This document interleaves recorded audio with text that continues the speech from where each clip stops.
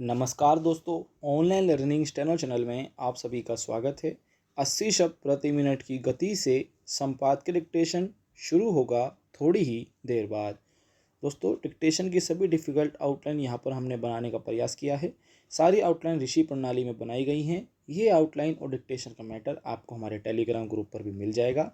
Link नीचे description box में दिया गया है, आप वहाँ से जुड़कर पा सकते हैं। चलिए शुरू करते हैं। 80 शब्द प्रति मिनट की गति से संपादकीय डिक्टेशन। स्टार्ट।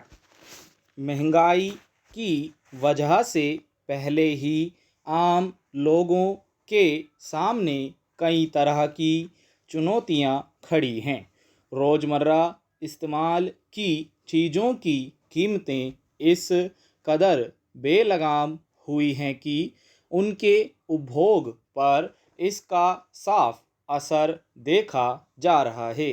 पिछले कुछ समय से महंगाई की वजह से टमाटर बहुत सारे लोगों की पहुंच से दूर हो चुका है। अब इस कड़ी में प्याज की कीमतों ने इस चिंता को नए सिरे से गहरा कर दिया है कि क्या लगातार महंगाई की मार से जूझते लोगों को फिलहाल कोई राहत नहीं मिलने जा रही।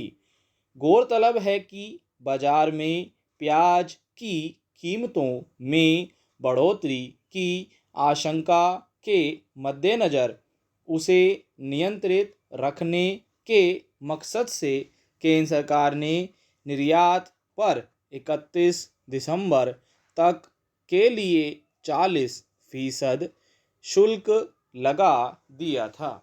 जाहिर है, सरकार की मंशा खुले बाजार में प्याज की उपलब्धता बढ़ाकर उसकी कीमतों को आम लोगों की पहुंच में बनाए रखने की थी।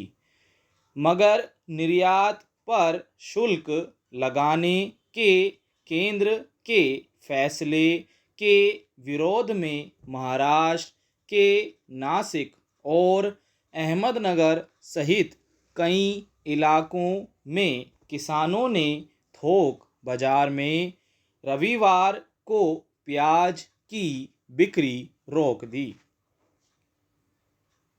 यानी सरकार के जिस कदम को प्याज की कीमतों को नियंत्रण में रखने के लिए उठाया गया माना जा रहा था, उसके बाद किसानों ने जो घोषणा की उसकी वजह से कीमतें शायद और बेलगाम होंगी।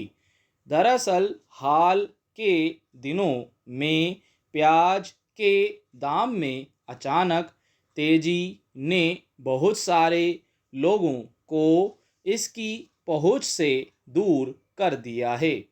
कुछ रोज पहले 20-25 रुपये किलो बिक रहा प्याज फिलहाल 50 रुपये प्रति किलो के आसपास पहुंच चुका है। इसी स्थिति को भांप कर सरकार ने इस पर लगाम लगाने के लिए निर्यात शुल्क में इजाफा कर दिया। मगर इस कदम को किसानों के हित के विरुद्ध माना जा रहा है, क्योंकि महाराष्ट्र के किसान इस बार प्याज के निर्यात से कुछ मुनाफे की उम्मीद कर रहे थे। अब चूंकि शुल्क में इजाफे के बाद निर्यात में गिरावट की स्थिति में स्थानीय थोक बाजार में भी व्यापारी इसकी कीमतें कम बताएंगे, तो इसका खामियाजा किसानों को उठाना पड़ेगा। सवाल है कि यह कैसे सुनिश्चित होगा कि एक और प्याज उत्पादक किसानों को भी कोई नुकसान ना हो और दूसरी ओर आम लोगों को कम कीमत पर प्याज मिल सके। गौरतलब है कि प्याज की नई फसल आमतौर पर अप्रैल मई में आती है और उसके बाद इसकी कीमतों में नरमी आती है, मगर फिलहाल अलग अलग क्षेत्रों के थोक और खुदरा बाजार में किल्लत की वजह से दिल्ली, असम, हिमाचल प्रदेश, तेलंगाना और आंध्र प्रदेश की थोक मंडियों में 2000 टन अतिरिक्त प्याज बेचा जा चुका है। यूं प्याज के उत्पादन के मामले में भारत दुनिया में शीर्ष पर रहा है।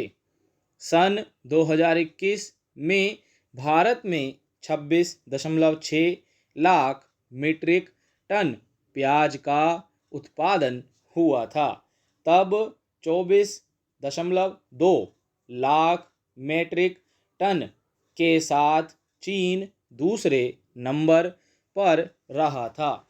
विडंबना है कि किसानों को आमतौर पर अपनी फसलों का उचित मूल्य नहीं मिलता। स्टॉप।